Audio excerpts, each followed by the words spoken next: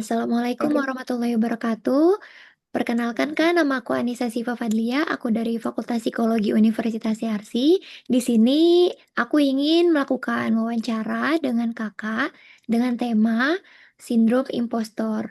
Dan wawancara ini akan memakan waktu sekitar 20 sampai 40 menit. Apakah kakak bersedia? Bersedia, aman. Ya, bersedia. Sebelumnya dengan atas nama siapa, Kak? Oke, perkenalkan nama aku Fadia Shiva Pramono. Bisa panggil aku Shiva aja. Nama kita sama BTW. Halo Kak Syifa. Oke, di sini bagaimana Kak keadaannya? Apakah baik? Ya oke, aman. Baru banget nyampe rumah sebenarnya kayak ya, setengah jam lalu udah nyampe rumah. Jam 8 lewat 15-an gitu lah. eh cukup cukup ramai ya tadi ya. Berarti ada beberapa kendala sedikit ya tadi. Iya, so tadi lagi ada kru kapal di kantor rame, ada 15-an orang. Jadi makanya agak lembur karena itu. Cuman ya Oh, udahlah. oh, seperti itu Kak. Sehari-hari. Heeh. Oh ya, sebelumnya aku izin merecord. Apakah Kakak juga bersedia? Boleh, boleh, silakan. Boleh, ya. Direkod. Dan juga di sini tuh aku akan ada beberapa pertanyaan yang cukup panjang. Nanti kakak jawab saja secara singkat dan sesuai dengan apa yang kakak alami. Wawancara Oke. ini tuh bersifat santai aja sih kak. Ya. Ya, dan Nah, juga kita langsung lanjut aja ya kak. Eh, aku mendengar kalau misalnya kakak ini lulusan 2020 yang mana 2020 itu berarti baru banget lulus ya kak tahun kemarin. oh iya, aku angkatan 2020, terus lulus di 2024 wisuda ya, Oh gitu. iya, gitu. Ngatain 2000. Setelah lulus, kakak ini kalau boleh tahu sedang bekerja di mana ya, Kak? Oke, jadi aku setelah lulus itu langsung kerja di Pelni Crewing. Jadi Pelni Crewing itu perusahaan yang bergerak di bidang perekrutan awak kapal. Jadi ini termasuk perusahaan BUMN, under Pelni juga, cucunya Pelni. Jadi apa ya? Semua apa nggak semua perekrutan di kapal penumpang Pelni, ABK-nya anak buah kapal atau kru kapal itu perusahaan aku. Nah, aku kebetulan gabung itu dari benar-benar H+2 setelah aku wisuda. Nah, setelah wisuda aku langsung kerja di situ. Terus sekarang berarti udah jalan 1 tahun lah ya, tahun lebih. Oh, seperti itu, Kak. Berarti kalau boleh tahu apakah tadi nama Perusahaannya perusahaannya? Iya. Pelni Crewing. Oh, Pelni Crewing ya. Ya, Itu jadi perusahaan bagian dari BUMN ya, Kak? betul, Masya bagi Allah. satu perusahaan BUMN. Masya Allah. Hmm. Boleh diceritakan, Kak, posisi atau peran kakak di tempat kerja tersebut itu bagaimana? Oke, jadi aku di sini sebagai staf SDM dan sektor, khususnya aku ini rekruternya. Jadi kalau di Hmm. perusahaan aku ini sekarang, walaupun kru kapalnya banyak, sekarang ada 593. eh, Sebentar lagi udah nyentuh 600-an, ya 600-an lebih lah. Itu aku sendiri yang jadi rekruter sebenarnya, walaupun dibantu sama manajer aku. Cuman yang beneran shift in ke rekrutmen itu tuh aku aja gitu. Wah, Masya Allah. Oh, seperti itu ya Kak. Berarti Kakak ini di di PT Pelni ini menghandle sekitar 593 karyawan ya Kak. Sendiri Ya, itu kru kapal guru ABK. kapalnya. Nah, Oh yang ya, kerja di kapal. ABK-nya. Sebagai staf SDM ya, HR ya Ya, berarti ya Kak. betul. Masuknya ke HR gitu. Oke. Eh, Tanggung jawab utama Kakak berarti di apa Kak? Aku rekrutmen, full end-to-end rekrutmen sama ya itu sih rekrutmen aja sih sama mungkin ada sedikit kayak kan kalau kru kapal mau bertugas tuh mereka ada apa ya kayak semacam pembekalan. Nah Hmm. itu paling aku juga yang kadang shift in ke proses itu tuh. Oh, seperti itu. Mhm. Em, di awal bekerja berarti kan Kakak udah bekerja selama 1 tahun. Berarti banyak Iya. masa-masa yang udah kakak lewati nih di situ. Di awal Iya. bekerja, bagaimana sih kak perasaan kakak saat menjalani peran tersebut? Karena kan kakak baru Yang hamil pas A+2 lulus tuh. iya. Iya itu juga sebenarnya kayak awalnya jujur capek karena kayak aku lihat teman-teman aku kok pada kayak liburan dulu, santai dulu kan. Dan Hmm. kok aku langsung hustle, langsung kerja. Sebenarnya alhamdulillah banget, alhamdulillah. Tapi kayak kadang tuh ada capeknya. Apalagi kan ini perusahaannya tuh teknis ya, maksudnya apa ya? Kayak karena aku sehari-hari sebagai rekruter dari awal, jadi kan aku harus paham dunia kapal, dunia pelaut lebih tepatnya. Kalau misal, aku kan dulu ada pengalaman juga sebagai rekruter, tapi ya udah perusahaannya tuh perusahaan swasta di bidang properti kan. Jadi ya misalnya ya ngerekrutnya misal apa sih kayak staf keuangan, terus misalnya ngerekrutnya itu eh apa sih itu orang-orang desain grafis atau misalnya orang-orang teknik gitu kan. Ya udah aku masih agak paham masih aku masih bisa banyak searching atau nanya ke orang sekitar aku. Tapi ketika aku pertama kali gabung di Pelni Crewing dan langsung di recruiter, langsung interview banyak kru kapal, aku kayak beneran no clue banget. Apalagi kayak eh, dunia pelaut tuh nggak pernah aku pelajari sebelumnya gitu kan. Ya bener-bener banyak hal-hal teknis yang perlu aku pelajarin. Kayak misalnya navigasi, mesin-mesin kapal gitu-gitu. Jadi kayak wow, menarik lah awal-awal. Sampai sekarang juga menarik sih. Berarti Gitu. banyak hal-hal yang kakak pelajari ya kak di situ, yang mana Mm-mm. itu suatu yang sebelumnya mungkin tidak kakak bayangkan sebelumnya akan menjalani hal tersebut. Iya, masuk ke si perusahaan ini sih nggak kebayang banget. Nih, apa ada nggak sih Kak perbedaan antara ekspektasi Kakak dari awal itu tentang dunia kerja dan juga hal yang Kakak jalani saat ini? Ekspektasi ada, pasti ada. Sebenarnya lebih ke ini sih. Mungkin ekspektasinya pertama, ternyata kalau bekerja, kan di bayangan aku kalau misalnya kerja di perusahaan swasta yang biasa, maksudnya nggak mengurus pelaut gitu ya. Ya udah dinamikanya pun nggak terlalu banyak gitu kan. Tapi uh, orang-orang kru kapal yang aku hadapi sekarang ini kan mereka bener-bener beraneka ragam banget latar belakangnya. Mulai dari latar belakang pendidikan, latar belakang budaya, itu tuh beda sekali.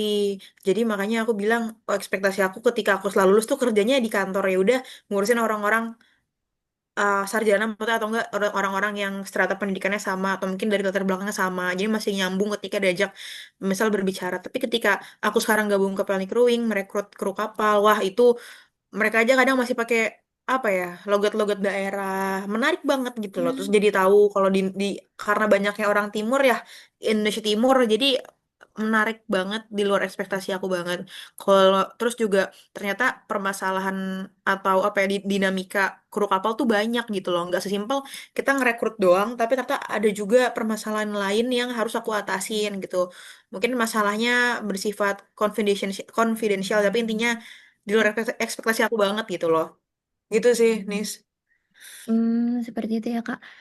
Berarti Mm-mm. kan Kakak tadi menghadapi orang-orang yang emang em, sebelumnya mungkin tidak pernah Kakak hadapi dan dari em, pendidikan juga mungkin beda dan dari secara bahasa, pendidikan dan juga latar belakang berarti banyak yang jauh berbeda tapi kakak Beda banget. terpaksa dipaksa untuk harus tetap menjalaninya. Ada nggak sih Kak dalam menjalani pekerjaan tersebut pernah nggak Kak kakak ragu sama kemampuan kakak ini? Hmm, sebenarnya kalau untuk komunikasi aku sama sekali nggak ragu. Maksudnya entah itu dia, misalkan yang banyak tuh orang Makassar, orang orang NTT, orang NTB, orang Maluku gitu kan. Aku sama sekali nggak pernah merasa ragu untuk berkomunikasi dengan mereka. Selagi komunikasinya masih dalam ranah pekerjaan, maksudnya dalam hal ya udahlah HR gitu kan. Tapi ketika sudah merambah ke pekerjaan teknis gitu, nah itu yang aku merasa kadang suka kurang kompeten gitu. Karena aku kan cuman HR, aku kan cuman recruiter, aku kan bukan orang yang paham banget teknis kapal, apalagi aku nih backgroundnya bukan background dari sekolah pelayaran gitu kan. Jadi, tapi sedangkan pekerjaan aku sehari-hari aku harus paham betul. Nah, makanya itu jadi kadang jadi challenge ke diri aku sendiri. Seenggaknya aku harus pelajarin hal-hal eh, berkaitan dengan pelayaran gitu tentang pelaut gitu. Terus kayak ya mungkin pernah ya kalau aku misalnya lagi interview jurumudi. Ini kalau sebagai informasi jurumudi itu yang kemudi kapal gitu loh. Ibaratnya kayak yang orang kalau di kapal di anjungan di dek itu dia kayak yang nyupir lah gitu, kayak yang ngeliatin Hmm. depan mulu gitu. Itu jurumudi. Nah, kan yang namanya sebagai jurumudi kan aku seenggaknya udah harus tahu ya dia tuh pekerjaannya apa aja. Pekerjaan oke lah tahu, tapi terkait teknis-teknis pekerjaan harus tahu. Misalnya kayak eh, ada kapal bersalipan, crossing itu harus seperti apa. Terus aturan-aturan pelaut, aku seenggaknya harus tahu. Jadi ketika aku interview ABK kan aku udah ada ilmunya sedikit gitu, walaupun sedikit banget. Dan aku kadang sampai sekarang juga masih merasa kurang gitu. Nah emang sih kadang karena hal itu, apalagi kalau misalnya lagi interview jabatan yang lumayan ya, aku tuh kayak ngerasa aku kan bukan lulusan pelayaran, aku kan juga bukan pelaut, apa aku layak buat interview mereka. Tapi alhamdulillahnya emang sejauh ini ya karena aku apa ya, seenggaknya mau belajar dikit-dikit lah walaupun aku bukan lulusan pelayaran. Alhamdulillah juga kan manajer aku sama orang di lingkungan lingkungan kerja aku kan banyak yang dari pelayaran. Jadi ya kadang untuk urusan teknis itu mereka yang shift in untuk interview aku, mungkin nanyanya lebih ke sisi ya sisi personal mereka lah gitu. Oh, seperti itu, Kak. Berarti kakak eh, kan kakak job desk utama kakak sebagai HR, namun di sisi lain Hmm. kakak harus menghadapi pekerjaan lain yang mana berbau teknis itu ya, bergabung dengan Iya para harus. eh, ya ABK kru dan juga tadi juru kapal. Dan Iya. itu berarti kakak untuk mengurangi keraguan kakak itu yang kakak lakukan adalah dengan mempelajarinya, mempelajari Banyak-banyak nanya hal-hal juga. banyak-banyak nanya. Oke, seperti itu Kak. Eh ini apa di saat berarti kan walaupun hanya sedikit dan kakak bisa menghandlenya, itu berarti kan ada perasaan ragu ya Kak. Nih, ketika Hmm. kakak mendapat perasaan ragu, kakak biasanya eh, hal apa sih kak yang biasa kakak lakuin selain bertanya itu, yang lebih ke spesifik ke diri sendiri? Kalau ke diri sendiri, apa ya? Kalau misalnya ragu gitu ya, ragu sama diri sendiri ya. Iya, dengan kemampuan diri Hmm, sendiri. ya biasanya sih aku ya selain tadi nanya, aku juga nggak boleh memaksakan diri aku ya begitu ya. Kan yang aku bilang tadi kan kita banyak banget berkaitan dengan teknis kepelautan, untuk jabatan tertentu ya aku sadar diri aja gitu maksudnya kayak tahu batas kompetensi aku sampai mana. Jika Hmm. memang itu di luar kemampuan aku baru aku minta orang lain untuk charge in gitu, tapi nggak melepas tanggung jawab aku juga gitu. Sama paling apa ya, kalau emang aku ngerasa aku kurang ya nggak apa ya, aku apa ya nggak pernah ngerasa kayak nggak jadi nggak pede gitu sih, nggak. Cuman Hmm. lebih ke yakinin diri aja kayak oh bisa kok asal mau belajar terus, asal nggak malu bertanya ke orang sekitar juga ataupun browsing. Ya kan sekarang banyak ya, atau kadang kalau ada kesempatan aku kadang beberapa kali sempat ketemu sama direktur aku langsung untuk sharing-sharing untuk nanya tentang pelaut, atau beliau pun juga kadang membekali staffnya dengan ilmu-ilmu itu sih. Menjawab nggak ya? Terjawab kak, terjawab. Hmm. Berarti kan karena kakak menjalaninya dengan cukup baik dan juga kakak ada komunikasi yang bagus juga ya kak. Bahkan sampai kakak bisa bertemu dengan direktur dan mendiskusikannya. Berarti Hmm. apakah pernah kakak mendapatkan apresiasi dan apabila kakak pernah mendapatkan apresiasi, pernah nggak kak merasakan di mana apresiasi itu sebenarnya bukan karena kemampuan kakak, tapi karena Hmm. faktor lain seperti itu kak? Apresiasi gimana ya? Aku juga bingung lagi apresiasinya gimana. Sebenarnya kalau di perusahaan ya, nggak, kalau di perusahaan aku sekarang sih nggak ada yang kayak best employee gitu-gitu ya, nggak ada Hmm. apresiasi ya. Mungkin cuman dari one on one aja, misalnya dari manajer aku ke aku, atau misal dari manajer lain ke aku, atau misalnya dari direktur langsung ke aku gitu sih. Cuman eh nggak pernah ada yang kayak apa sih namanya tadi? Yang nggak pernah ada yang Apresiasi apa ya, secara ya presa gitu sih nggak pernah sih itu. Iya itu menjawab nggak ya?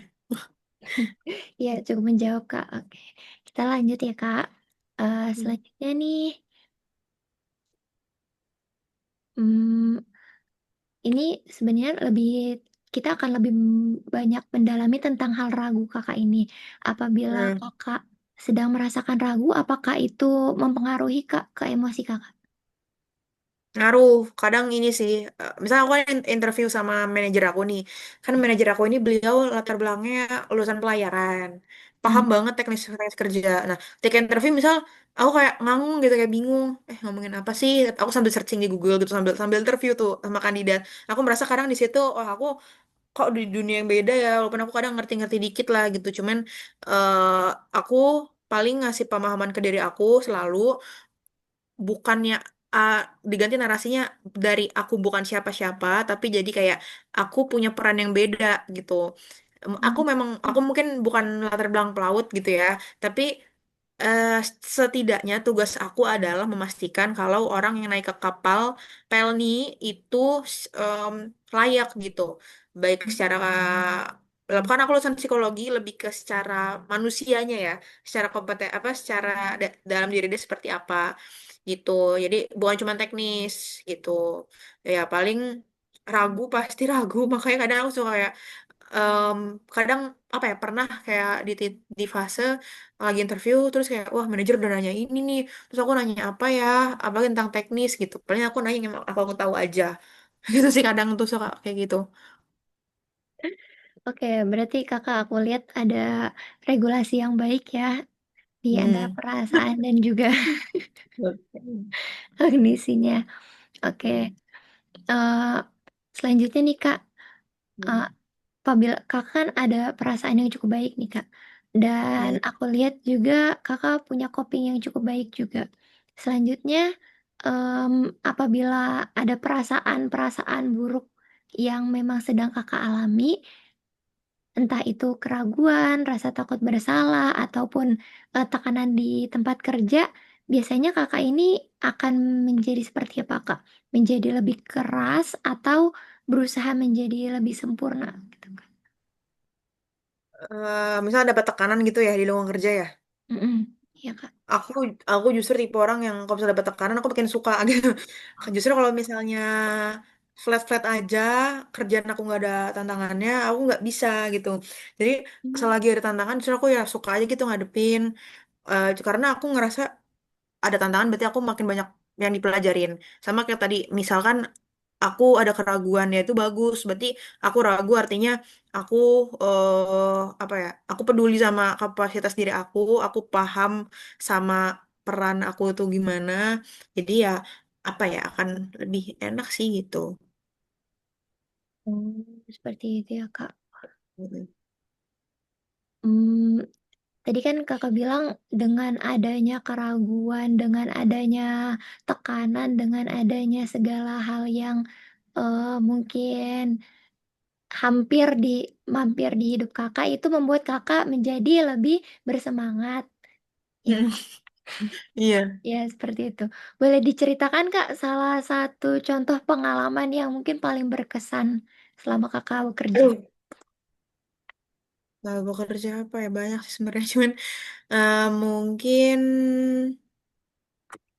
ini aku mau nanya dulu ini nanti bakal di-share ke depan kelas gitu nggak? Soalnya takutnya confidential. Enggak Kak, ini pribadi aja. Ke dosen aja ya berarti ya. Ya, dosen aja. Oke deh. Oke mungkin ini confidential sebenarnya eh, yang berkesan itu ya tadi ya. Aku kan benar-benar kalau untuk saat ini 100% kru kapal tuh laki-laki. Aku setiap hari menghadapi laki-laki di dunia kerja aku. Latar belakangnya beda. Ada yang mungkin dia nyambung sama aku mau secara latar belakang budaya dan lain-lain saya nyambung ada juga yang tidak.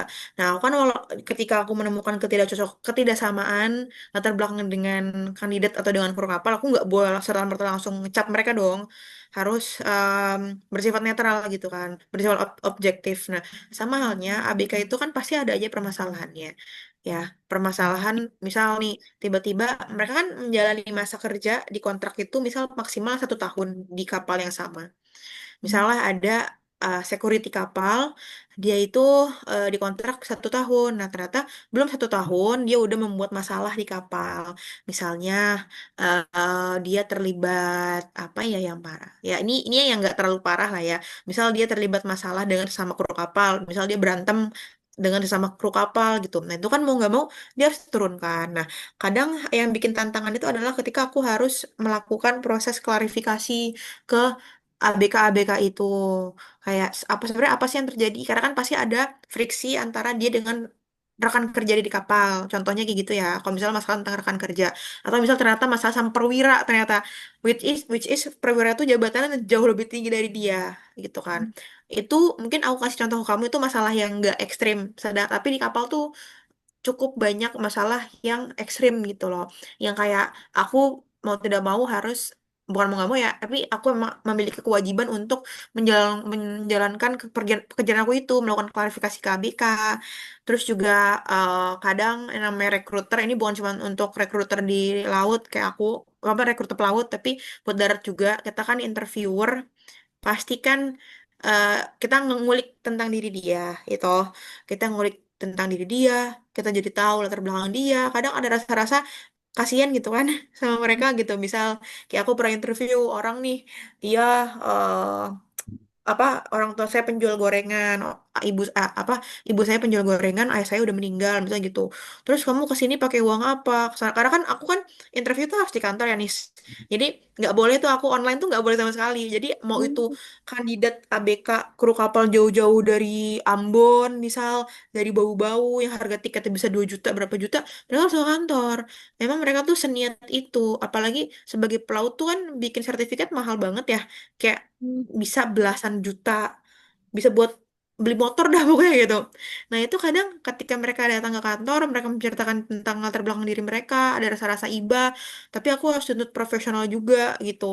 Nah itu yang kadang jadi tantangan juga, kayak wah tadi dia nggak lolos nih, nggak kompeten, aduh tapi dia latar belakangnya kasihan, tapi kan aku harus objektif sebagai recruiter. Itu yang kadang bikin aku overwhelmed, jadi tantangan kerja, selain tadi ngadepin ABK-ABK yang memang bermasalah. Mungkin selain itu juga karena lingkungan aku laki-laki, kadang pressure-nya pun beda ya. Entah itu pressure dari rekan kerja ataupun misalnya dari kru kapalnya. Itu pasti beda sekali gitu. Apalagi mereka kan banyak-banyak orang daerah, orang-orang pelaut. Mungkin tahu karakteristik seperti apa ya gitulah. Tapi seru, seru banget. Wah, cukup seru banget ya Kak, aku dengar ceritanya itu ya. Berarti walaupun banyak pressure, Kakak ini aku lihat cukup keren untuk Waduh, menghadapinya. kayak Oke begitulah Kak. ya. Em, Berarti kita akan balik kembali lagi nih Kak. Ketika Hmm. perasaan ragu itu muncul, apa sih Kak yang biasa Kakak lakukan untuk menghadapinya? Ini lebih ke personally mungkin, entah itu healing, entah itu Hmm. Kakak justru lebih mengulik pekerjaan lagi atau seperti apa? Oke. Bentar ya, Baik Kak. manajer aku.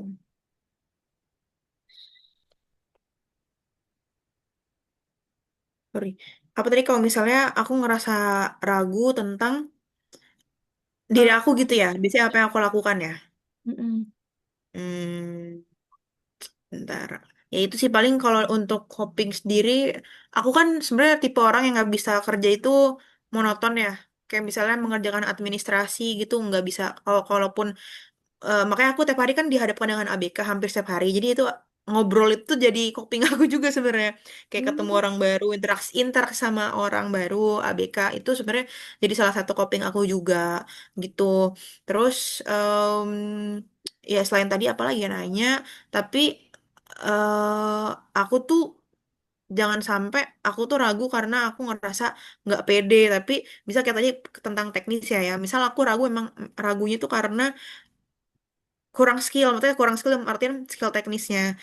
Bukan bukan berarti aku nggak percaya diri dengan kemampuan aku, kayak gitu sih paling. Tapi ya aku juga belajar, ya udahlah jadi rekruter juga nggak harus sempurna. Maksudnya seorang pelaut, lulusan pelaut pun belum tentu paham banget tentang teknis. Aku kan sudah berusaha semaksimal mungkin gitu.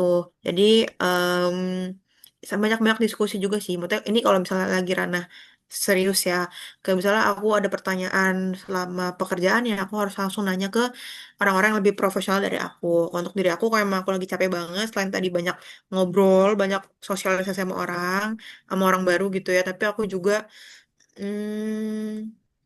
apa ya? Yang apa ya kalau misalnya lagi di rumah ya main sama kucing. Terus kalau misalnya biar nggak stres, apalagi ya paling ingat-ingat aja sama goals aku. Misal aku mau liburan, mau nabung harus kerja, mau nabung biar bisa liburan, biar bisa liburan misalnya ke Banda Neira apa kemana kayak gitu. Lebih kayak gitu Hmm, sih. oh, seperti itu kayak Kak. Berarti tanpa tidak sadar ada dukungan-dukungan yang memang membantu Kakak ya Kak Hmm. untuk menghadapi rasa ragu. Betul. Oke Kak, ini kan kalau itu dari aku. Kalau dari Kakak sendiri nih, apa ada nggak sih Kak dukungan dari orang lain, entah itu atasan, rekan kerja, keluarga yang membantu Kakak? Oh iya, kalau misalnya aku lagi ngerasa kayak capek, pasti kan fase capek tuh pasti ada banget ya. Mau kita berusaha mikir nggak capek atau berusaha yakin diri kita, ah udahlah nggak apa-apa, kerjaan wajar capek. Tapi namanya kalau capek, aku pasti aku cerita ke teman dekat aku, ke orang terdekat aku, maaf, ke orang-orang terdekat aku. Terus misalnya cerita ke ibu aku, atau biasanya kalau misalnya mau nyambung banget, ya itu tentunya curhat ke teman kerja ya, malah teman di kantor yang emang kayak dekat sama aku. Itu sebenarnya salah satu cara kayak aku untuk bisa ngerasa apa ya, coping mechanism juga lah gitu. Jadi kayak share saling kalau sama teman aku misal curhat kayak iya kerjaan lagi berat, ini lagi berat. Jadi kayak ada saling sharing, saling merasa sama gitu loh. Paling itu sih. Jadi justru kita saling ngeluh tapi jadi bikin makin enteng gitu beban kerjanya. Kalau misalnya kalau aku sih lebih nyaman cerita tentang pekerjaan tuh ke teman kerja ya. Atau misal ke sahabat. Kalau misalnya ke orang tua kan kadang justru orang tua khawatirnya jadi ada rasa khawatir ya kayak, ih kamu diapain sama kru kapal gitu kan. Jadi itu nggak terlalu lah. Ada orang. Maaf ya Kak. Aman, nggak apa santai. Ada. Itu sih paling aku sih. Oh iya, seperti itu ya Kak. Berarti dukungan keluarga, teman terdekat itu sangat membantu Kakak Iya. dalam menjalani hari dan juga menghadapi segala hal yang berat. Mm. Seperti itu Kak. Oke nih Atasan Kak, aku juga sih. mohon maaf. Apa Kak? Iya, atasan aku juga sih. Oh, Alhamdulillahnya atasan. direktur aku ya oke. Terus juga manajer aku juga oke. Jadi alhamdulillah bersyukur. Oh, berarti alhamdulillah lingkungan kerjanya cukup sehat ya Kak. Ya, cukup sehat. Betul. Yes. Menurut Kakak, Kakak kan tadi udah cerita ke aku kalau udah menghadapi berbagai macam pengalaman ya Kak. Yang dari hal yang menurut Kakak menarik tuh yang ada masalah seperti itu, hingga Kakak ada pengalaman di mana Kakak saling sharing juga ke teman kerja, ada juga Kakak konsultasi ke direktur dan minta ajarin ya Kak, ke yang lebih kompeten. Ini ada nggak sih Kak pengalaman, mohon maaf Kak, apa makna pengalaman tersebut, pengalaman-pengalaman yang Kakak hadapi, bagi perkembangan diri Kakak sebagai Hmm. seorang profesional? Iya, lingkungan kerja tuh luas sekali. Maksudnya kayak misalnya HR, aku tahu ini di HR masih full rekrutmen. Ya kayak misalnya kayak penggajian pun aku tahu sedikit. Sebelum lagi ngurusin BPJS dan lain sebagainya. Sebenarnya di lingkungan kerja ini kamu ketika kerja itu bukan cuman harus paham dunia bidang usaha perusahaan, tapi juga harus paham tentang pekerjaan temen kamu sendiri. Karena kan bisa aja tiba-tiba kamu di rolling kerjaannya ya. Kayak misalnya aku, misal tiba-tiba di rolling ke operasional, divisi operasional, kan bisa aja Hmm. itu. Jadi sebenarnya makna-makna dari ya, itu ya jangan pernah fokus ke kerjaan aku aja sih gitu. Sama Hmm. lingkungan kerja tuh dinamis gitu. Kita harus kuat-kuatan sama orang gitu. Maksudnya apalagi kalau misalnya latar belakang perusahaan itu cukup apa kalau aku kan banyak banyak berhadapan sama laki-laki mau nggak mau kita sebagai perempuan aku sebagai perempuan tuh harus kayak bisa keras juga gitu kan mereka bisa tegas maaf bukan keras tapi tegas itu terus kayak dapat dukungan-dukungan dari sama rekan kerja atau manajer ya maknanya alhamdulillah kekeluargaannya ada gitu. Mungkin sama kayak psikologi RC gitu ya. Cuman beda gitu kekeluargaannya. Kalau psikologi RC tuh aku dulu kayak oh orang lembut-lembut gitu ya. Tapi kalau sekarang tuh beda banget. Mau nggak mau harus belajar jadi laki perempuan yang mungkin lebih tegas Hmm. itu sih paling gitu. Cuman ya beda sih lingkungan Yarsi sama aku sekarang tuh beda. Oke, ada hal lain Kak yang ingin Kakak sampaikan terkait pengalaman Kakak atau perasaan ragu terhadap diri Kakak sendiri? Apa ya, kayaknya nggak ada deh, cukup aku ragu ya pasti ragu, cuman ya udahlah jalanin aja. Kalau misalnya setelah pulang kerja ngerasa ada yang oh ragu kayak aku udah salah. Kalau misalnya ragu kerja udah bener atau belum ya pasti itu digunakan wak- waktunya untuk refleksi diri aja. Kira-kira apa yang perlu aku benahi besok-besok, apa yang perlu aku kerjakan, apa yang perlu aku inisiatif lebih gitu Hmm, untuk mempertahankan pekerjaan aku gitu kan. Oke, izin menyimpulkan ya Kak. Oke, berarti Kakak nih udah bekerja selama 1 tahun dan juga udah menghadapi berbagai pekerjaan, berbagai pengalaman di mana salah satunya itu ada pengalaman yang cukup berkesan bagi Kakak, di mana Kakak harus menghadapi, mmm, mungkin konflik-konflik di dunia kerja dan juga Kakak itu harus menyesuaikan Kakak harus menyesuaikan, dengan lingkungan kerja yang berbeda, yang mana belum Kakak expect sebelumnya gitu. Hmm. Seperti itu, Kak, gitu. Ya. Dan juga apabila Kakak mengalami keraguan terhadap diri sendiri, Kakak itu cenderung untuk, eee, lebih bersemangat lagi untuk mencari pengalaman dan juga pengetahuan baru ya, Kak, untuk menambah skill Kakak. Dan juga Kakak lebih di bawah santai dengan berpikir kalau misalnya, Kakak itu nggak harus sempurna, karena memang, Kakak kan job desk utamanya juga sebagai rekrutmen ya, Mm-mm. rekruter, seperti itu, Mm-mm. Kak. Apakah ada yang ingin dikoreksi, Kak, dari kesimpulan aku? Mm-mm. Nah, udah cukup, betul, bagus. Bagus, tugasnya bagus ini. Oke, terima kasih, Kak. Mungkin ini kita sudahi, Kak, Oke. wawancaranya pada malam hari ini. Aku ingin mengingatkan kembali bahwa seluruh rangkaian yang terjadi di sini itu akan disimpan dan dijaga kerahasiaannya, dan kita tidak akan membocorkannya sesuai dengan inform consent yang telah saya berikan sebelumnya. Oh iya. Ya, oke, oke. Oke, Kak. Ya. Mungkin cukup sekian dari saya. Kurang lebihnya saya mohon maaf. Ya, Wassalamualaikum Kak. warahmatullahi wabarakatuh.